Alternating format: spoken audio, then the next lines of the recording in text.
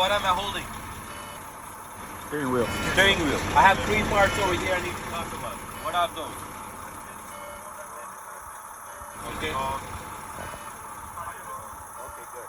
So first thing, my steering wheel has no more than 10 degrees of free play. It's not 10 inches. Again, it's only 10 degrees, not 10 inches. Clear? My city horn works properly and my highway horn works properly. Ask the examiner if he wants you to, okay? If you want you to turn it on.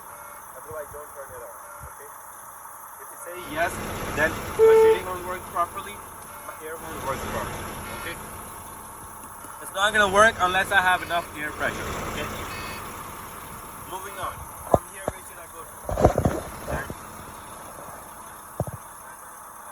Yeah. Do not say left and right. First say driver's side and passenger side first. Okay, from here, I'm gonna go to my mirror. My driver's side mirror and my passenger side mirror is properly mounted and secured. It's not cracked, broken or chipped, and there is no illegal sticker on them. Also, they are adjusted to my side. Okay? Do not forget to change it back.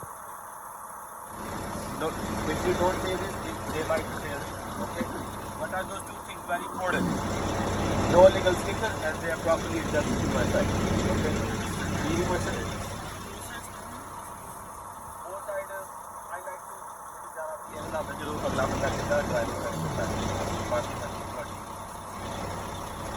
what's in between the two mirrors?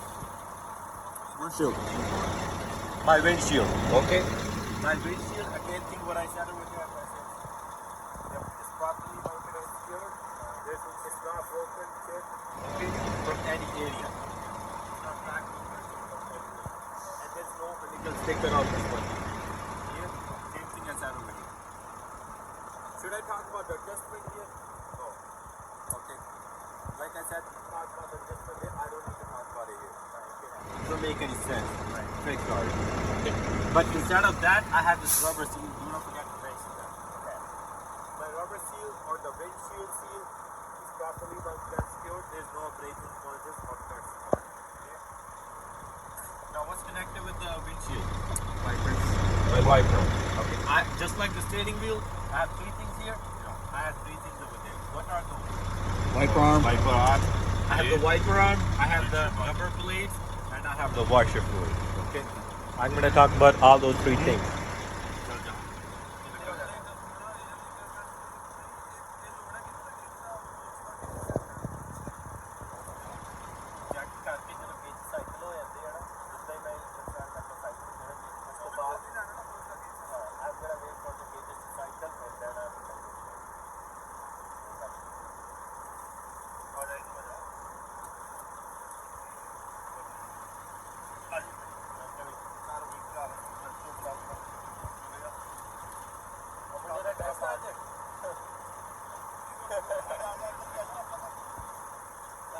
Good luck.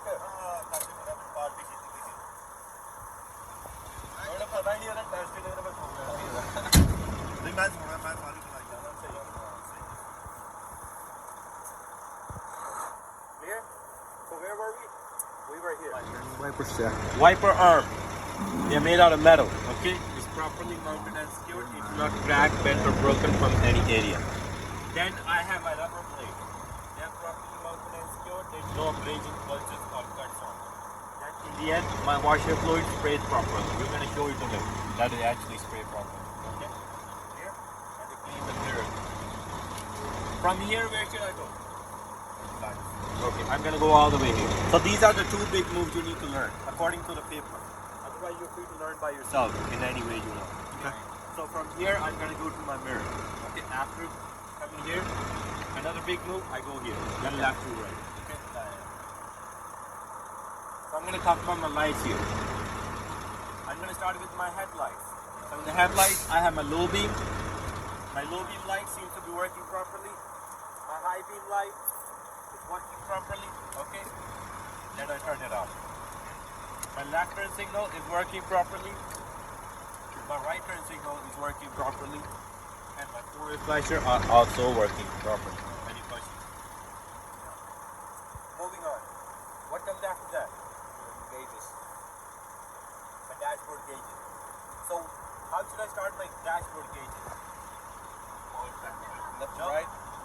gonna say all my gauges are rising to normal operating rate. Okay, that's how I'm gonna start explaining my gauges. Then I'm gonna name the other gauge. Clear? Keep that in mind. First of all my gauges are rising to the normal operating rate. We'll start with my water temperature gauge. Okay, give me the phone. My water temperature gauge, my oil pressure gauge, okay, my DEF gauge, electric voltmeter, primary and secondary air pressure gauge. Okay. So my water temperature gauge is rising to the normal operating rate. Okay. My oil pressure gauge is rising to the normal operating rate. My DEF tank have no less than 1/8 of fuel capacity. Okay. My electric voltmeter between 12 to 14 volts. It means my battery is fully charged and the alternator will work properly. Okay. My primary and secondary air pressure gauge is also rising to the normal operating rate. Clear? Any question with the gauges? Do not worry about the other gauges. Okay. After that, I'm going to come over here. Again, I'm following the left to right procedure. Okay. I only have one thing over here. What is that? The AC. Heater and AC. Defroster and the. I'm only going to check the heater. Okay.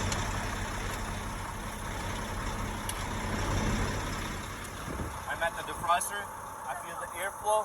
My defroster is working good. Then I'm going to check my foot heat.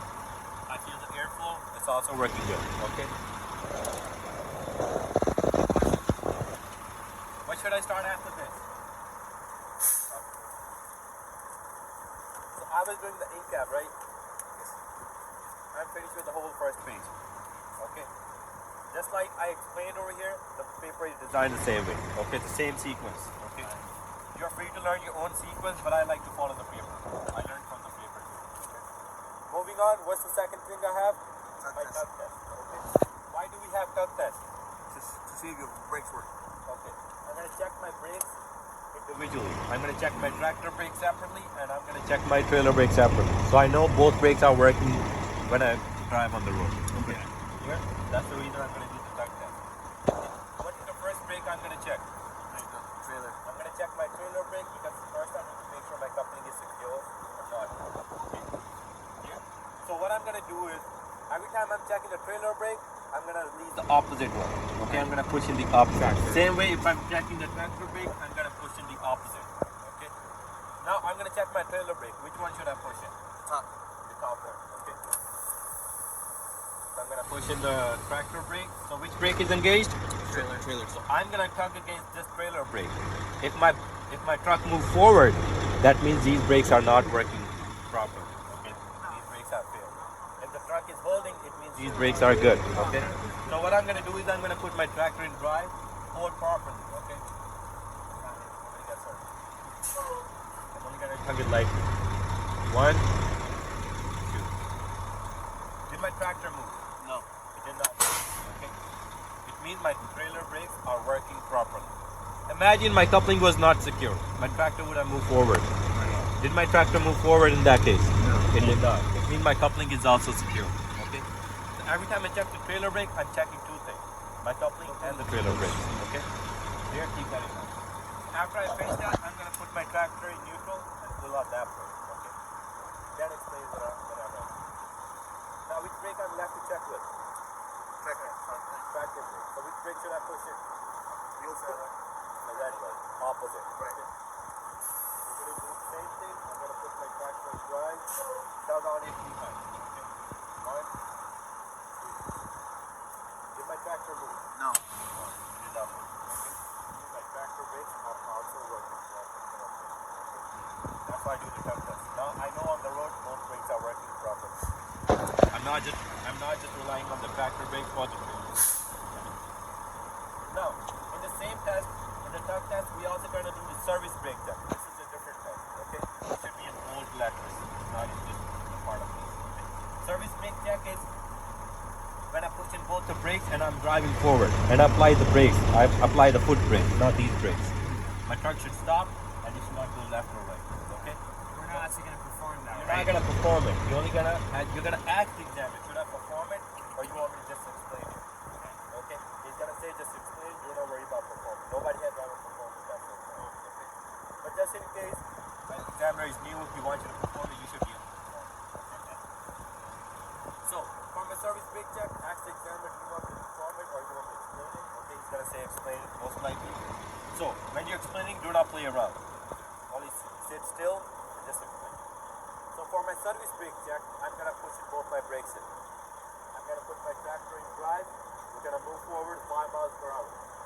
At that time, I'm gonna hold my steering wheel loosely. Okay? I'm gonna apply my foot brake firmly. My truck should stop. And if it goes left or right, it means my brake needs adjustment. Okay? If it doesn't go left or right, it means my brakes are good. Okay? That's all you need. Okay, pretty simple. So we are finished with the truck test and the service brake. What's next? The air pressure. The air brake test. Okay. Very important. Do not miss any word. Okay. Imagine this is air pressure gonna cut off. Do not say gonna cut off alone. I want to hear the whole line. Okay. My air leakage test. My low air pressure warning light. Do not just hear the warning light. Okay. They are very strict for the air brake test. Instead of the 120 to 140 psi, if you say 110 to 130, automatic fail. Okay. You gotta follow these numbers. Instead of the 4 psi, where's the 4 psi? Over here. If you say 5 psi, automatic fail. You gotta speak the right numbers. Okay? Clear? So whatever is written on the paper, learn very carefully. Okay? Do not make up your own words. Right. So for my air brake test, how many parts do I have? First of all, you gotta learn the parts. How many parts do you have? 4. I have a total of 4 parts. You gotta learn the sequence. Okay? Only way you're gonna pass this test if you follow the sequence. If you do the spring brake test in the front, automatic fail. Okay? So you gotta follow the sequence. What's the first one? Air pressure. Air pressure gonna cut off. What is the second test? Air leakage. What is the third test? Low pressure warning lights. There should be a buzzer. Okay? We'll talk about the buzzer later as well. Number 4 is my spring brake or the emergency brake test. Okay? So let me begin with the air pressure gonna cut off. Okay? So I'm gonna start my test from 90 psi. Okay?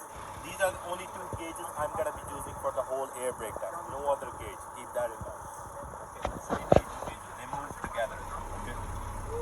So like I said, I'm gonna move my I'm gonna start my test from at or before 90 psi. Okay.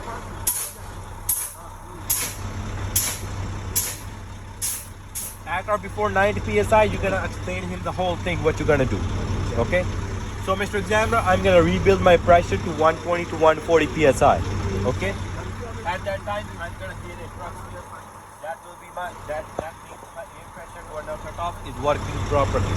Okay? So I'm gonna give my engine a bit of the gas to rebuild the pressure faster. Okay? I'm gonna make sure my RPMs are stable at around 1000. I'm not gonna go too high, I'm not gonna go too low. About 5 minutes.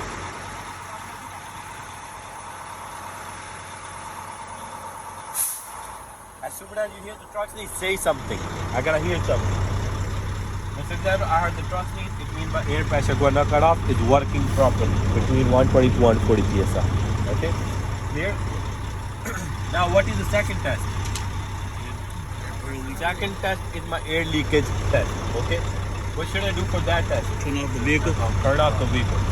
Only, so here's the thing. Only for the air pressure gonna cut off, engine is gonna be running and both brakes are gonna be out. Right. 2, 3, 4, engine is gonna be off, brakes are gonna be pushed in. Keep that in mind. So what I'm gonna do is I'm gonna turn my truck on in neutral. Okay? If you are a manual driver, you're gonna turn the truck off in first gear. Okay? I don't think anybody's first gear. Okay. So I'm gonna turn my truck to the on position. Why? The gauges go up. I gotta make sure all my gauges are running because I need my gauges to be running for the whole test. Imagine you do the whole air brake test without the gauges running, automatic fail. Doesn't make any sense. Right. Okay. After my gauges stabilize, I'm gonna push in both my brakes in. This is very important step.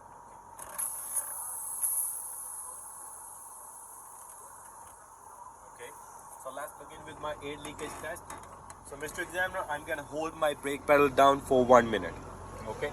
In that 1 minute, I should not lose more than 4 psi in a combination vehicle. Please time me for 1 minute. Okay, ask the examiner, will you time me for 1 minute? Okay, he will time me. So as soon as he say begin the test, I'm gonna press the brake pedal. I'm gonna press it and hold it down. I'm not gonna press it continuously. Okay. So if my needle draws more than 4 psi in 1 minute, it means there's air leakage going on. Okay. So after 5 seconds, he's gonna be like your 1 minute solar. Okay. So, Mr. Examiner, in that 1 minute, I did not lose more than 4 psi in a combination vehicle. It means there's no air leakage going on. Okay. Here. Imagine it dropped all the way to 20. You gotta get the system checked. Not good. Okay. So, what's next?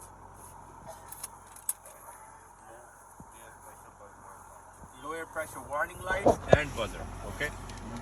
So, what PSI do they activate? So let's see. At or before 60 PSI, all my warning lights and buzzer should activate. Okay. Now I'm gonna bring the needle down at or before 60 PSI. Let's see what happens. Okay.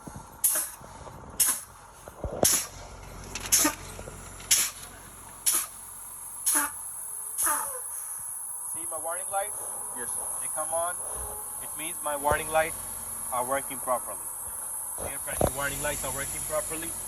I don't hear the buzzer. What is the reason for that? The buzzer only works when the engine is running. Okay, not when the engine is shut off. Okay, keep that in mind. So when I perform a safe start again, I will hear the buzzer running. Okay. The examiner might ask you, why is the buzzer not working? Because the engine is off. That's all you gotta say. Okay. Now, what is the last test? The spring brakes. Spring brake or the emergency brake? What happens? They should engage when all the pressure is lost. So at or before 40 psi, both my brake valves should pop out. Okay, will activate my spring brake. Okay, so let's see if that works. I'm gonna bring the needles at or before 40 psi. I'm only looking at these brakes from the side. Okay. As soon as they pop out, or if they don't pop out, we'll see. As you can see, both my brake valve pop out. It means my emergency brake or the spring brakes are working properly. Okay. This completes my air brake. You can turn off the video. So at